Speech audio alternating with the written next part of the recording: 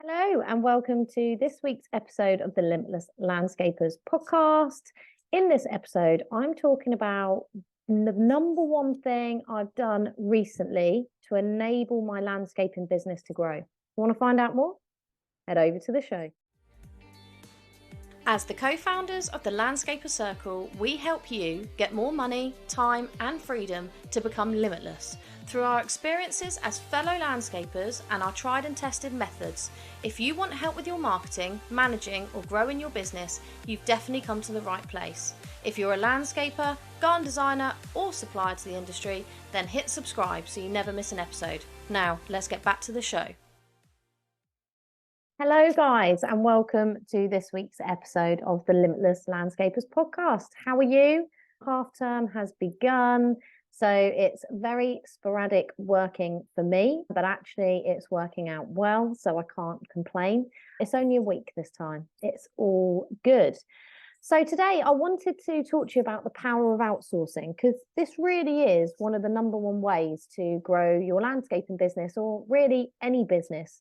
Because essentially it frees up your time to do the things that you should be doing, or not, I don't like the word should, but the stuff that you would prefer to be doing as a business owner that has big goals and big dreams in life. So I wanted just to share with you some behind the scenes stuff in what I'm doing in my landscaping business and in TLC that just proves to you that outsourcing is truly the way to accelerate your business growth. Now, it doesn't come with a few things to consider, and that is cost, of course. And again, I refer you back to anything you decide to outsource, you need to run the figures through the cash flow forecast. If you're not doing a cash flow forecast, I have to question why. If you need help, get in touch. But essentially, once you've run the figures and your business can sustain this, really it's looking at the benefits outsourcing will bring. And this is what prompted me to increase the outsourcing in my business. The very first sort of outsourcing I did back when we started Aura Landscapes at the very beginning, over 13 years ago nearly, was getting an accountant and a bookkeeper. Now, I deemed that these were really important outsourcing things to do, because essentially I am not an accountant, I'm not a bookkeeper, and I do not want to spend my time in spreadsheets. So therefore they were really key to develop and grow the business at that point. Going further now, fast forward to 13 years on, we're looking at a showroom that's in progress, and we're looking at other services that we're offering and taking on more staff. So there has been more considerable uses of outsourcing that I've done recently than back when I started. So there's just a caveat there that you need to monitor where you are in your business and what your business can sustain from a cost perspective, because it does cost money. However, I urge you to look at what the time saving would be for you doing it all, what the cost saving is, in the fact that if you got rid of all your crappy admin tasks that you hate and you're not good at, and you outsource, that would free you up so much more time to spend on the things that are going to generate you more money. And that's really the basis of profitable outsourcing, really, is what can you get rid of that will free you up to do something that's going to earn you way more money than doing the basic tasks. It also means it can help you grow your business when you're probably feeling very overwhelmed. When we've all got all of these hats on as business owners, we wear multiple hats, from finance to HR to health and safety to sales to marketing to being on the tools. You need to be mindful that just taking away some of those hats and giving them to someone else just reduces the overwhelm, and it frees up your mind to be able to work on the big goals that we all have for our businesses and ourselves. So I'm just basically going to go through what I've recently done in both my businesses, different in each business, obviously, depending on the needs of the business, but that has seen really good results and might be food for thought with your businesses. The first thing is I have outsourced my SEO. Now, that's search engine optimization. I made it very clear what I wanted to achieve. I outsourced that. I outsourced the updates of my website, and I outsourced all the blogs. Now, the bonuses of this is that even though I am really good at creating content, I actually enjoy creating content, I just don't have the time to spend creating content consistently. And we all know that consistent action is more important than just random action. And unfortunately, what was happening was I wasn't getting the time to commit to content writing. I wasn't getting the time to commit to updating the website. So it would just happen sporadically, and the results wouldn't be as good as if I could do it consistently. So by outsourcing that, I have a more consistent approach. And what's happening, particularly in the landscapers coach side of things, is that I'm now ranking number one for business coaching for landscapers, landscaping business coach.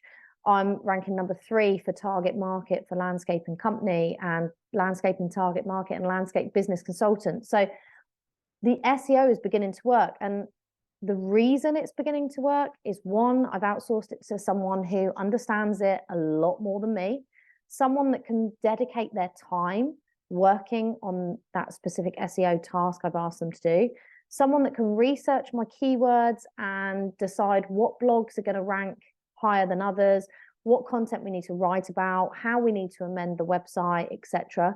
And I've just decided to pass it on to someone with a lot more expertise than I have. I have enough to do it myself, but not as much. I can't do it consistently. I'm only one person. So I've outsourced that, and I'm seeing massive results from it. So this is one area that if you're struggling, particularly with like marketing, social media, any of that, I chat with my clients on a regular basis. And these are just some of the points that they struggle with. It's doing the marketing, having a marketing strategy, and potentially that would be the first point of outsourcing. Could you outsource your content writing? Could you outsource your website? Could you outsource your social media? These are all talking points and things to consider in your business. Essentially, you're looking at getting someone who is more of an expert than you are and getting them to do it consistently in order to make big results. The other thing I've done in my landscaping business is employ an admin person. Now, this isn't like a big thing, as in lots of people do it, but I've been putting it off because I don't like to lose control. And that's how it feels. I don't want to lose control. And I bet a lot of you business owners out there will feel the same. It's taken a bit of time for me to want to let go of the reins. It's taken a bit of time for me to decide, even map out what it is I want them to do, and get over the fact that even though there will be short-term pain in the fact that they need hand-holding initially, they need training in how you do things, you need to build the trust, it takes away so many headaches. It's unreal. Anne-Marie, who's our admin lady in the office, only started last week, and already she has blown my mind because she knows how to use Xero in a way that I never knew. I never knew the power of the tech of Xero until Anne-Marie got on board. Now I know my way around Xero. I can utilize it in my business for invoicing, etc. But I didn't quite understand some of the other elements that you can use. And that's the beauty of having someone who is an expert. Now, Anne-Marie used to work for an accountant, so she knows her way around this bit of tech, this bit of software. So she knows more things than I do. So just by having her there with that expertise means it's taken a load off my plate. It's also someone that can work with Sean and Mike separately. So she's not just, nothing's coming to me, it can go direct to Anne-Marie. She can now be their port of call for things like quotes and invoicing and customer interaction. So I've been taken out of the equation. Now, don't get me wrong, the control part of me doesn't like it. But I know that if I want to sell my business or exit the business in some way, I cannot be the person that is there, the bridge between the client and Michael Sean. I can't be the bridge between the accountant and the people on the payroll, etc. So I need to start removing myself. And by having Anne-Marie there taking on these tasks means she becomes that person, not me. And that is very powerful in a small business.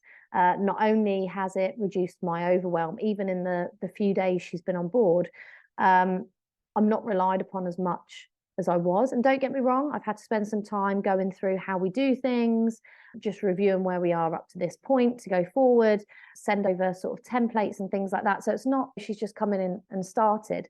But I tell you what, the stress levels has reduced, the overwhelm has reduced, and my to-do list has reduced. which can only be a win. So that's my focus now going forward, is that I need to start hiring to get rid of me, because essentially if the exit plan is that I want to sell the business, or in fact let someone else run it and I be a silent director in the background, then I need to make myself redundant. And that's something that we all need to think about as small business owners. What is the exit plan? Because you need to start making changes now. And it might just be your mindset, because one part of my mindset is the fact that I'm a super control freak. So I don't like really anyone doing anything without me saying how, what, and why. So I've had to let go a bit, and that's proving still difficult, but it's going to only benefit me in the future, and it's only going to benefit my business because I'm not holding my business back. And I think as small business owners, we can sometimes do this without meaning to. We can hold our businesses back because we are not prepared to give up the reins. We are not prepared to trust people. And therefore, we keep our business stagnant and we keep it small, not on purpose. It's just something that happens. Other things that are being outsourced at the moment in my business is HR and health and safety. Again, this all used to fall to me. And then when there was problems in the business, which inevitably any business gets issues in HR, hopefully not health and safety, but generally HR becomes issues sporadically, I'd either have to pay for someone's expertise on an as and when basis, which was considerably more expensive than what I'm doing now. Or I used to have to try and deal with it myself. And if I dealt with it wrong, obviously the consequences can range from bad to truly awful. So I'm not an expert HR person. I've learned a lot over the last 15 years. Yeah, 15 years of running my own businesses. But I'm by no means an expert, and I wouldn't want to be. That's not my zone of genius, shall we say. So I have actually made the decision and gone forward with having someone, I'm actually using Peninsula, to do all our HR and health and safety for us. Very cost-effective approach. And also it means I've got peace of mind because I'm not having to deal with it. If HR issues arise, we can deal with them immediately. I just pass them on to Peninsula, and I don't have that worry again. So again, a lot of my to-do list, part of my to-do list was to review the contracts of our existing staff. It was also to look at any pay rises, if we're going to be giving out pay rises and stuff, the paperwork that goes alongside that, and everything else. So staff handbooks I really wanted to review because they haven't been updated in a few years now. And essentially by having this company on board, they do it for me. So again, that all comes off my to-do list. So this is becoming a very win situation. Again, a caveat, I have run the figures and we can afford to do so in our business, but that's all the caveat I need to move forward with this growth plan. Other ways that you can utilize things to help you, it's outsourcing in a way, is looking at different tech or programs. So I mentioned Xero. Now, Xero does a lot more than initially I thought. Again, I've never been taught how to use it properly. So to have someone with that expertise to show me what I can and cannot do via just that one piece of software has saved a lot of time on my behalf. Same as I'm now looking at project management software and being able to run multiple calendars. I have been using sort of Outlook Calendar and Google Calendar at the moment.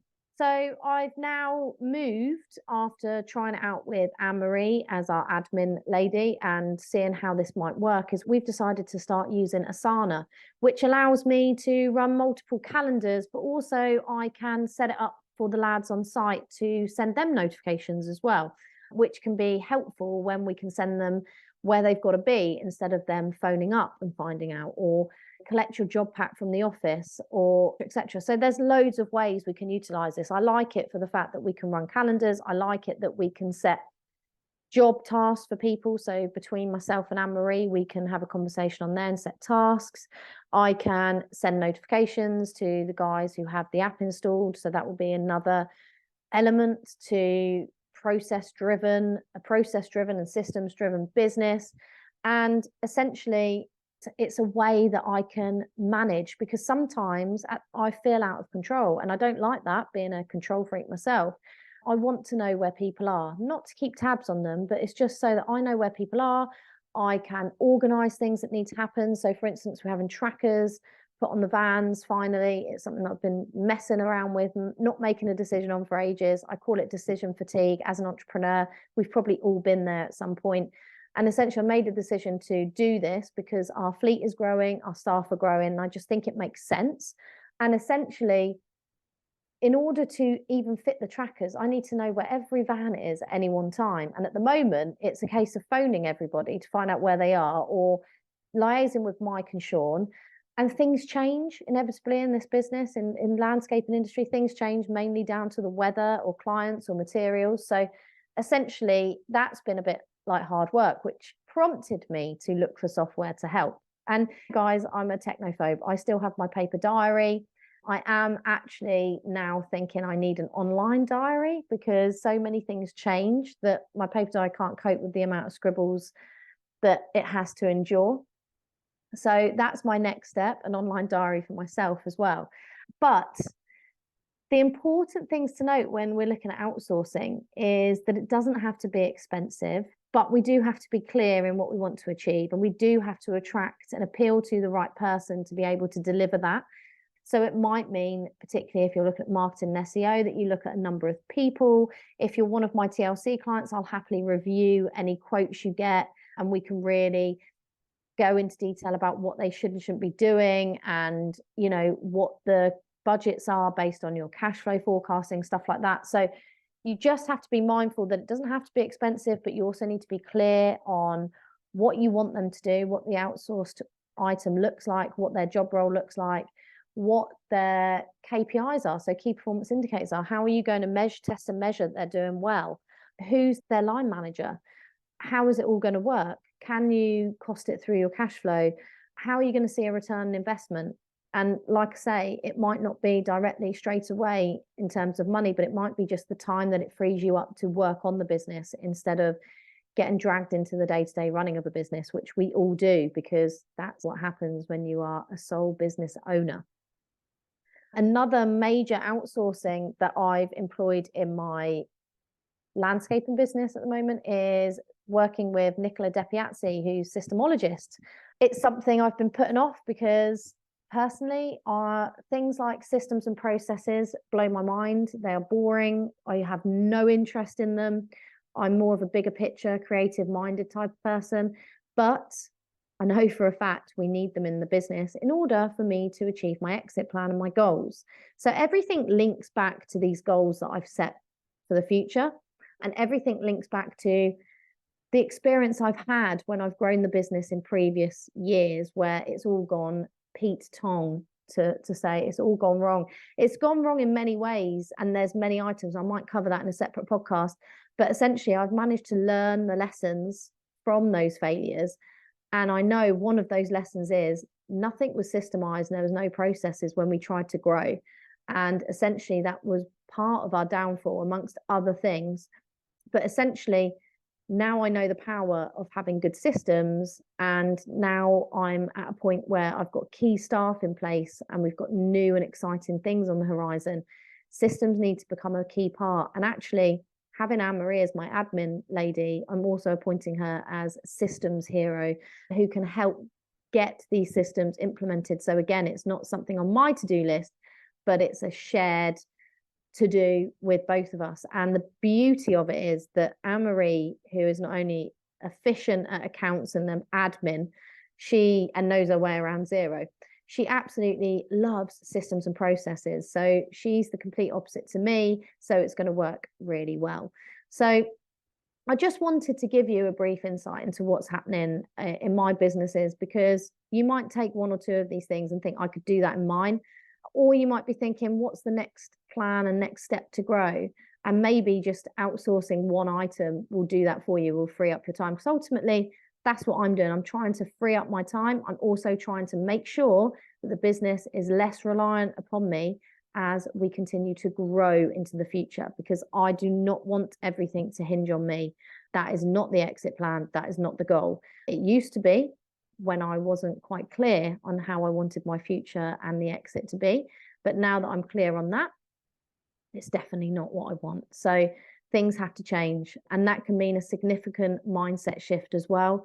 And that is something that I work on daily in order to make sure that I'm thinking in the way that enables me to grow my business instead of hinder my business and keep it small. If you need help with any of this, I'm here. I'm the landscapers coach. I work with landscaping businesses to grow. I do that through bespoke mentoring and coaching. It's not a one size fits all. You can be at different stages in your business. Maybe you haven't even started your business yet. I'm actually working with someone who's just launching their new business, which is exciting. Or you might be further afield and you're looking at the next step and you don't know where to go. You probably just need some support, some hand holding. Maybe you just need someone to bounce ideas off. Maybe we need to start setting up those initial systems now in order to see full growth in the future. But if any of that resonates with you, just give me a shout at the Landscapers Coach, send me a DM or email me, paula@thelandscaperscoach.co.uk. That's it for me today. I'm going off to enjoy the rest of half term, and I'll be with you next week for another episode of the Limitless Landscapers podcast.